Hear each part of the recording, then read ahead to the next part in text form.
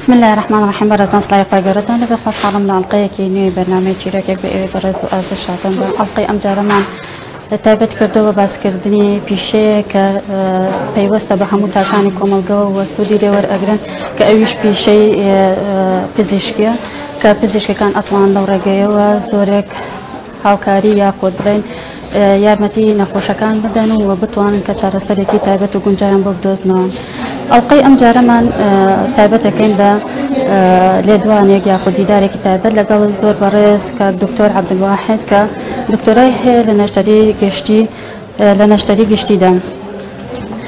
هەروەکو بەڕێزیان کە قسمەتێکی زۆری هاوڵاتیانیان کردەوە لە هەمان کاتە توانیویانە کە داهێنانێکی نوێ بێهێنەکەیەوە بۆ چارەسەری نەخۆشیەکان بەبێ ئەوەی کە نەشتەرگەری پێویست بێ. پێمان خۆش بوو لەم ئەڵقەیەدا چەند پرسیارێکی ئاراستە بکەین و بتوانین لە نزیکەوە بیبینینەوە لە هەمان کاتە لە ڕووی ئەو داهێنانی کە کردوێتی زیاتر پرسیاری لێ بکەین و لای هەمومان ئاشنا بێ.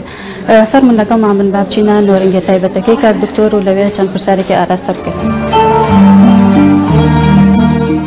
بەرەزان دووبارە سڵاوی خوای گەورەتان لەبێت. خۆشحاڵ بن لە نۆرنگە تایبەتەکەی کە دکتۆر عەبدولواحید ئامادە بووینەوە ماوەیەکی پێداینەوە ڕەزامەندی فەرموو کە بینە ئەم نۆرنگەیەوە چەند پرسیارێکی ئاراستە بکەین سەبارەت بە پیشەکەی. بەناوی ئێمە و ئێوەش زۆر بە خەراتنی کاک دکتۆرەکەین بۆ ئەڵقەی ئەم جارەی بەرنامەی چیرۆکێک. کاک دکتۆر حەزەکەم سەرەتای پرسیارەکانم بۆ دەست پێ بکەم بەبزانم پیشەی دکتۆری حەز و خولای مناڵیت بۆ یا خۆت بڵێن دەرەجەکەت لە پۆلی 6 کە ئێستا پێوترێ پۆلی 12 وای ئیجاب کردووە کە بچیتە دکتۆری وایە خۆت بڵێن لەو زانکۆیە بخوێن. بخير بن ساتشامان. بسم الله الرحمن الرحيم. الحمد لله والصلاة والسلام على رسول الله. من هلا من داڵیەوە حەزم لە دووشت بوو، حەزم لە پزیشکی بوو و حەزم لە مامۆسایی بوو. بەس هەرچەندێک مەسەی دەکرد ئەمەی جەم تەوفیقکەم لە بینی ئەو دووشتەیە پێم ناکرا. دوای خی گەورە هەردوو بوارەکەی وە ڕەخسانم وەکو مامۆسایەتی بواری داوە و بواری ئیشوکاری بانگوازم گرتە ئەستۆ و لە زانکۆش بووم بۆ مامۆسای زانکۆ. لەو لاشەوە پیشەی پزیشکیەکەم خولیان بوو، تەنها لە پۆلی 6 بێت مەرحەلەی قۆناغی 12 با بڵێن. ئێمە لە یەکەمەکانی هەرێم بووین، ناومان دەرچوو بۆ ئیتالیا، حکوومەتی ئیتالیا ئەو کاتە داوای کردین کە بەڕسمی بچین بۆ ئەوێ. ئەو کاتە هەستم کرد تاقی خۆم لە هەندەسەیە، حەزم لە هەندەسە بوو، ئیتالیاش لە هەندەسەیە ئەو کاتە بەقووت بوو. تۆزە ئەم گۆڕا بەرامبەر بە هەندەسە حەزم لە هەندەسەی با بڵین مەدەنی و میعماری ئەوە بوو. ئیتر جەنای باوکم ڕازی نەبوو، میشە بەپێی حەزەکەی ئەو کۆتمە تەبەوە. پێشتان نەکراوە کە بچنە ئیتالیا کە ناتان هاتەتەوانێ بزانین هۆکاری ئەوە چی بوو کە نەچونەتە ئیتالیا؟ ئەو پرۆسەیە بە حیزبی کرا.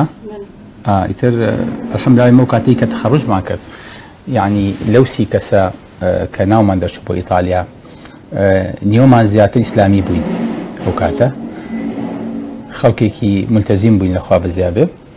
ئیتر دیارە مۆزوعەکەیان هین کرد و چەند مقابلەیەکیان کردین لە پەرلەمان و هێنانیان و بردیانین و دوای مۆزوعەکەیان کۆتایی پێهێنا و پەساپۆرتەکانیشمان هاتە بۆ حتا کەس نەیزانی چیان لێ کرد وەکو هەموو قەزیەیەکی کوردی بوو بەژێرەوە.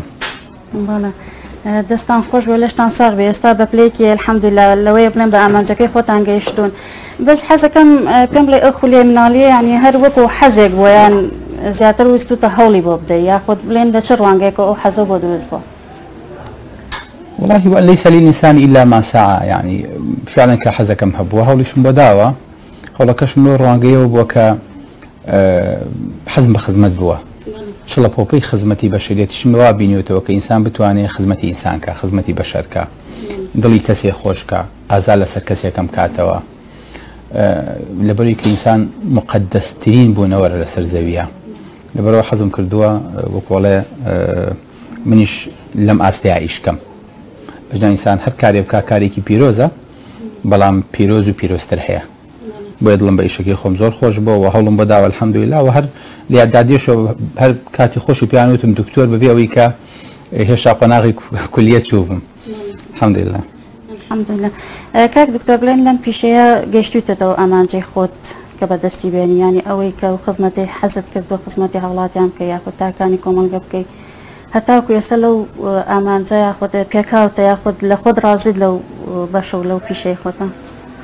خی گەورە فەرمێ وآتاکم من كل ما سألتموه فەرمێ هەموو ئەوەی پێدان کە داواتان لێ کرد بەڵام بەمانایەکی تریش دێ وآتاکم من كل ما سألتموه هەموو ئەوەی پێدان کە داواشتان نەکردووە.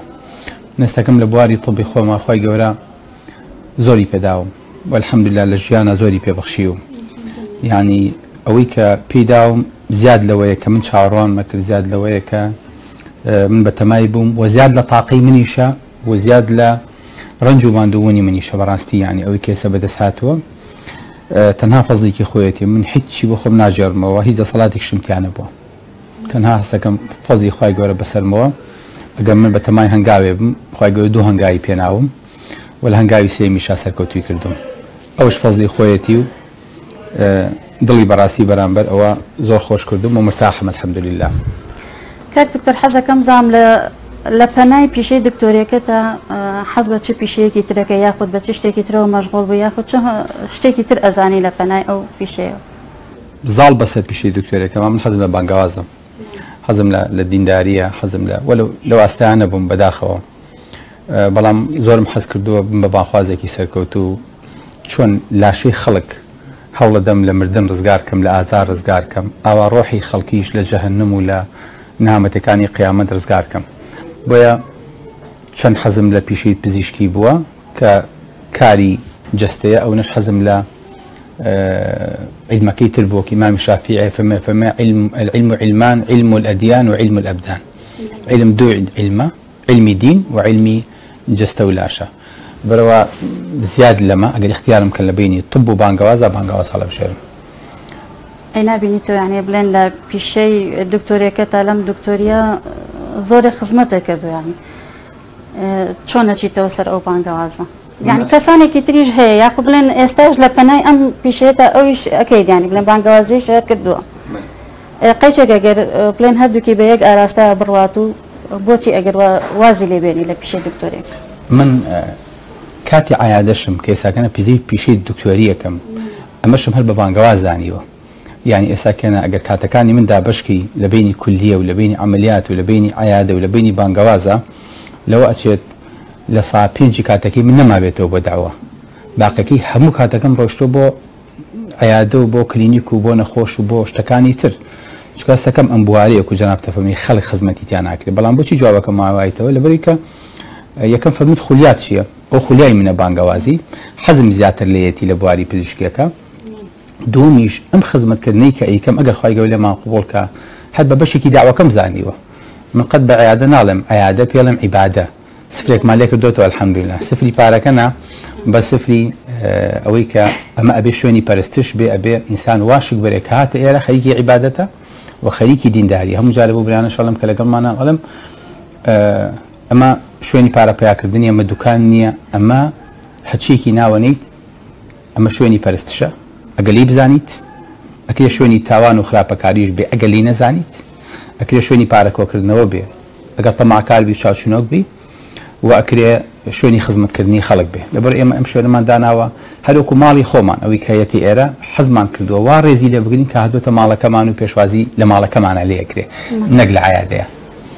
دەستان خۆش بێ سەرکەوتوو بن، ماندوو نەبن کاک دکتۆر. سەرچاوم بخوا بەخێر بن، ئازێتان کێشاوە بەخێر بن دووبارە و لە خزمەتانای.